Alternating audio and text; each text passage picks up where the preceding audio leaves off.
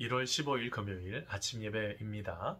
오늘 우리에게 주시는 하나님의 말씀은 요한복음 6장 1절로 15절까지 말씀입니다. 우리 같이 한 목소리로 함께 읽어보도록 하겠습니다.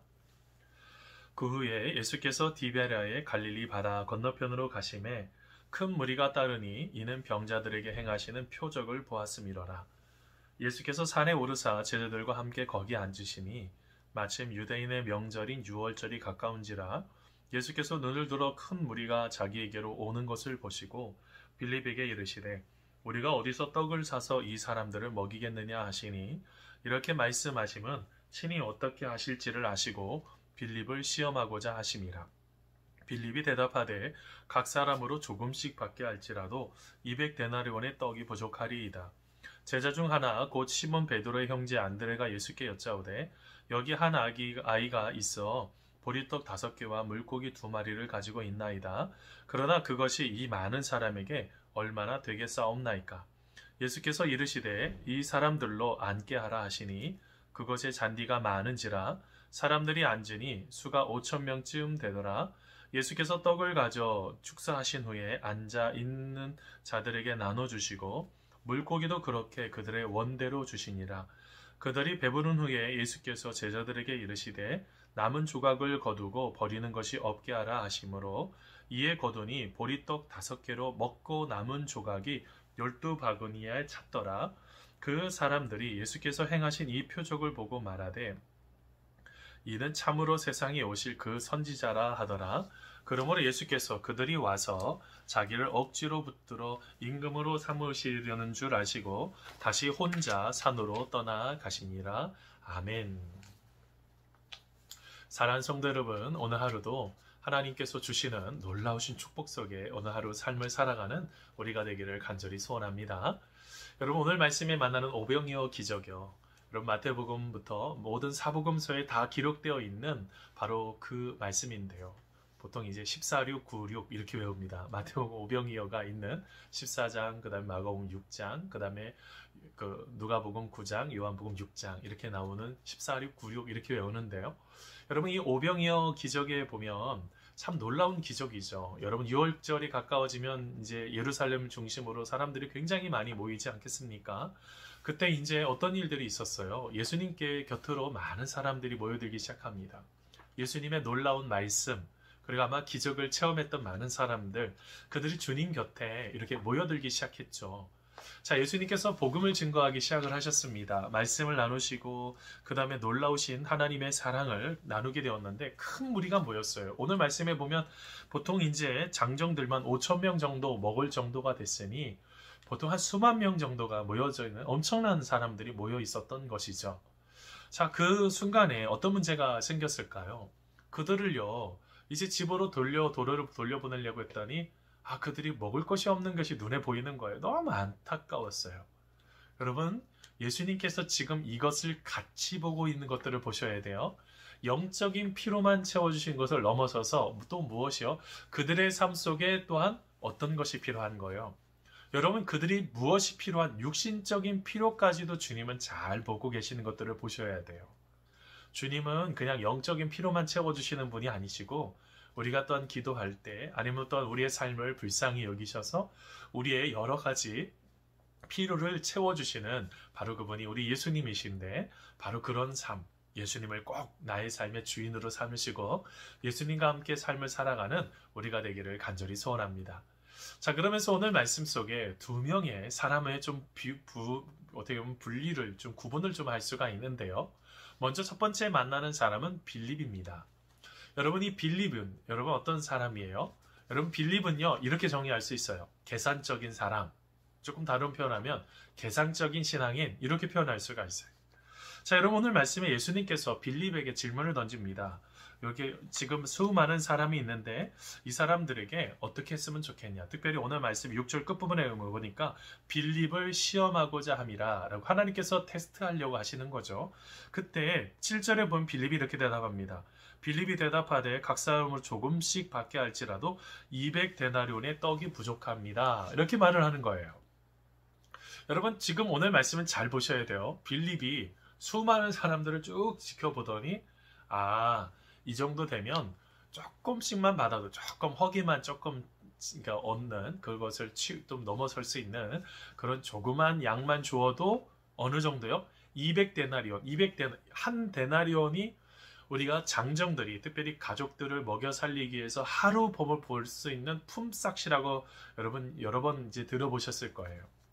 가족을 생계를 책임지는 4명에서 어떨 때는 6명까지 생계를 책임지는 바로 그런 떡, 그것을 일할 수 있는 한 데나리온인데 200데나리온의 떡이 필요합니다. 이렇게 말하는 거죠.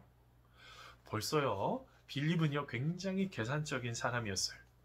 문제를 딱 금방 진단하는 거죠.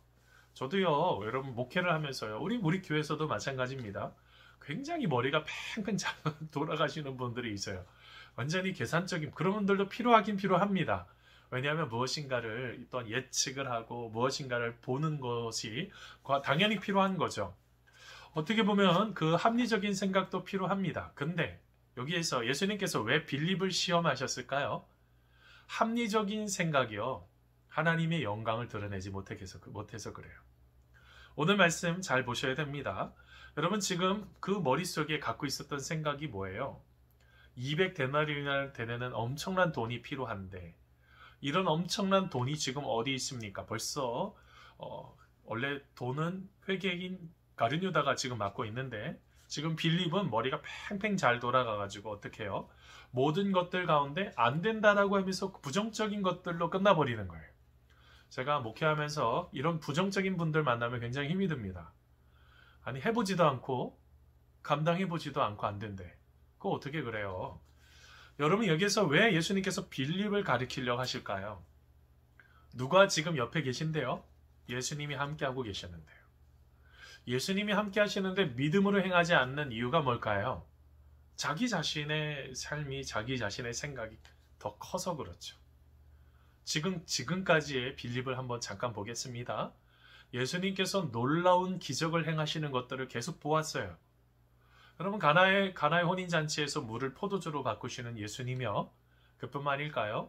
여러분 지금까지 33석의 바로 직전에 38년 된 병자를 고치고 있는 것들을 봤잖아요. 놀라운 기적을 행하신 예수님이십니다. 그런 일들을 행하고 계시는데 끝까지 그는 뭘 보고 있어요? 가능성을 보지 못하고 문제점만 보는 거예요. 여러분 역사학자이며 평론가인 칼라일이 있습니다. 그가 이런 말을 했어요. 같은 말도 불가능하다고 말하면 그에게 행운이 따르지 않습니다. 자기 입으로 부정적인 말을 하는 사람에게 좋은 일을 생기지 않습니다. 라고 말해요. 저는 그렇다고 생각해요. 좋은 말을 하지 않는데 어떻게 그 인생 속에서 좋은 일들이 펼쳐질 수 있겠어요. 이거 조금 우리가 한 번쯤 생각해 봐야 되는 첫 번째 부류의 사람 빌립이요. 두 번째는요 안드레예요. 여러분 안드레는 어떻게 하고 있습니까? 야, 이 많은 사람들을 어떻게 먹일까? 예수님께서 그렇게 말할 때 안드레 뭐 하고 있어요? 가만히 있지 않고요. 사람들을 찾으러 다녀요. 혹시 먹을 것을 갖고 있는 사람이 누가 있을까? 그러면서 뭘 합니까? 안드레가 가지고 오는 8절 9절 말씀에 보면요. 이렇게 말해요. 9절에요. 여기 한 아이가 있어. 벌써 아이를 찾아서 데리고 왔어요. 한 아이가 있어. 보리떡 5개와 물고기 2마리를 가지고 있나이다. 이렇게 말하는 거 굉장히 멋지죠.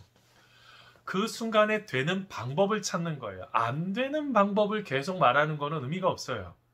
여러분 신앙생활 속에서 가정에도 마찬가지예요. 안 되는 거 계속 얘기하지 마세요. 그러면 방법이 뭐냐는 거예요. 어떻게 하겠냐는 거예요. 그거를 자꾸 추구하지 못하면은 끊임없이 인생의 부정적인 것들, 불평만 쏟아내는 인생이 됩니다. 하나님 기뻐하시지 않으시죠. 근데 오늘 말씀해 보세요. 실제로는 그는 데리고 왔지만 그가 뭐래요? 그것이 이 많은 사람에게 얼마나 되게 싸움나이까? 그도 약간은 부정적인 마음은 있죠. 근데 뭐예요? 작고 미미하다는 거예요. 근데 잘 보세요. 작고 미미한 것을 가지고 5천 명이 먹고 12광주리가 남는 놀라운 기적이 일어납니다. 뭐예요? 작고 미미할지라도 하나님은 역사하신다는 거예요. 자꾸 부족하다고 할지라도 하나님은 놀라우신 것들을 큰 기적으로 주님께서 이끄신다는 겁니다. 여러분 이것은 무엇을 말하고 있어요? 제가 희생하고 섬겼던 게 이게 뭐 큰 게 되겠습니까? 절대로 여러분 그렇지 않아요. 하나님의 나라의 원리는요. 그렇게 가능성을 찾아서 그 일을 행하는 그 사람을 통해서 일하세요. 저는 그런 분들이 많이 하나님 안에서 세워졌으면 좋겠습니다. 그런 분들이 세워져야 돼요. 그런 분들이 항전직이 되셔야 되고요. 그런 분들이 하나님께 원하시는 그 모든 것들 가운데 이렇게 안드레와 같이 그 섬기는 그 자리에서 모든 것들을 행할 수 있는 이 모든 것들이요. 여러분, 하나님은요, 우리의 삶 속에 아유, 이게 뭐 얼마나 되겠습니까? 라고 하는 그런 마음들, 어떻게 보면 겸손하다고 표현할 수도 있어요. 그들을 통해서 하나님은 일하신다는 거예요. 사랑하는 성도 여러분, 알고 계십니까? 어떨 때는 하나님은요, 무에서 유를, 창세기에 있는 것처럼 빛이 있어라 할 때 빛이 만드시는 하나님이시기도 하시지만, 내가 가지고 있는 이것, 가장 작은 것, 이게 뭐 얼마나 될까? 라고 생각하는 이것조차를 가지고도 하나님은 놀라운 기적을 이루어 가시는 하나님이심을 여러분 믿어야 될 줄 믿습니다. 여러분, 이 믿음이 우리의 삶 속에 하나님께서는 놀랍도록 역사하시는 거예요. 여러분, 역사인 아놀드 여러분 토인비가 이런 말을 했어요. 역사는 평범한 대중에 의해서 만들어지는 것이 아니라 헌신된 소수에 의해서 만들어집니다. 라고 말했어요. 여러분, 우리가 그런 헌신된 소수가 되기를 간절히 소원합니다. 여러분의 가정 가운데서도 이런 가능성을 보고 찾아가는 사람이요. 안 되는 거 계속 보시면 안 돼요. 안 되는 거 보면 그런 끝까지 안 되는 거예요. 불쌍한 인생이죠. 우리는요, 되는 것을 보는 사람이에요. 왜요? 우리 주님이 나와 함께하고 계시는데요. 내가 너희와 함께하리라. 그리고 나보다 또 다른 보혜사, 나와 같이 예수님과 똑같은 바로 또 다른 보혜사인 성령님께서 우리와 함께하고 계시잖아요. 우리 성령님께서 연약함을 도와주시잖아요. 그래서 우리의 또한 간구하지 못하는 것까지도 친히 간구해 주시어서 합력해서 선을 이루시는 분이 바로 우리 성령님 아니십니까? 사랑하는 성도 여러분, 우리의 삶 속에 빌립처럼 계산적인 인생으로 살지 말고요. 그때 당연히 필요할 때도 있기는 있어요. 그런데 우리의 모든 것을 다 계산적으로 생각하지 마세요. 제가 벌써 이제 목회하면서 만 7년, 이제 7년을 향해서 가고 있는데요. 제가 그러면서 느끼는 것이 하나가 있어요. 저도 처음에는 굉장히 머리가 팽팽 잘 돌아갔어요. 근데 지금은요, 하나님께 내어 맡기는 게 굉장히 많아요. 철저하게 내어 맡깁니다. 내가 할 수 있는 최선까지만 하는 거예요. 하나님의 영역이 있다는 것을 제가 더 믿음을 가지고 바라보게 됩니다. 여러분, 우리의 삶 속에 진짜로 작은 오병이요. 작은 것일지라도 하나님은 그것을 통해서 놀랍도록 역사하시기를 원하고 계세요. 사랑하는 성도 여러분, 오늘 하루도 하나님과 함께 그런 놀라운 기적을 이루는 우리 모두가 다 되기를 간절히 소원합니다. 이런 말씀을 맺으면서요, 우리의 삶 속에 작게 드렸던 것들, 어떻게 보면 아이의 한 끼 도시락 정도밖에 안 되는 그 작은 것들, 그것을 가지고도 하나님은 어떻게 하셨다고요? 놀라운 기적을 일으키셨습니다. 저는 여러분들이 바로 그런 한 분 한 분이 바로 그런 놀라운 기적을 일으키는 그런 놀라운 출발점들이 되셨으면 좋겠습니다. 그것이 가정 안에서, 직장 안에서, 여러분의 삶의 공동체 안에서 그 공동체를 세워가는 사람들이 다 되셨으면 좋겠습니다. 여러분, 우리 교회에 비전이 있죠. 하나님 나라를 꿈꾸며 하나님의 사람들을 세워가는 교회예요. 여러분, 꿈과요, 실제로 세움이라는 그 핵심 가치가 있는 거예요. 저는 다 하나님 나라에 대한 꿈이 있으셨으면 좋겠어요. 내가 이 일을 할 때 하나님께서 기뻐하실까? 하나님이 원하시는 건가? 그 꿈과 두 번째, 세워가는 거예요. 하나님의 사람들 세워가는 거예요. 우리의 가정을 통해서 하나님의 나라가 이루어져서 그 속에서 하나님의 사람들이 세워지는 거예요. 세우며, 꿈과 세움. 바로 그것을 하나님께서 원하고 계세요. 사랑하는 성도 여러분, 우리의 인생 가운데 하나님을 만나고 하나님과 함께 모든 것을 꿈꾸며 하나님의 기뻐하심을 아름답게 세워가는 우리 모두가 다 되기를 간절히 소원합니다. 여러분, 오늘 하루도 하나님의 기뻐하심 속에 한번 내딛어 보세요. 힘들고 어렵지만 우리 주님은요, 우리 안에 한 사람 한 사람에게 꿈을 갖고 계세요. 여러분, 마지막까지 기쁨으로 힘들고 어렵지만 잘 견디시고요. 하나님과 함께 한 걸음 한 걸음 나아가는 우리 모두가 다 되시기를 간절히 소원합니다. 우리 같이 기도하겠습니다. 하나님, 우리가 하나님을 사랑합니다.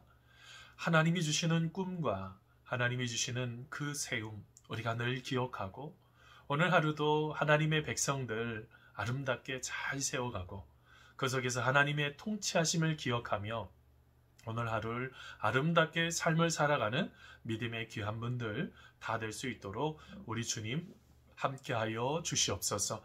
하나님, 특별히 우리 안에 여러 가지 부족함들이 많습니다. 특별히 코로나19로 많이 힘든 분들이 많은데 우리 주님께서 꼭 붙잡아 주셔서 아름답게 세워갈 수 있도록 우리 주님 함께하여 주시옵소서. 감사하오며 예수님의 이름으로 기도하옵나이다. 아멘.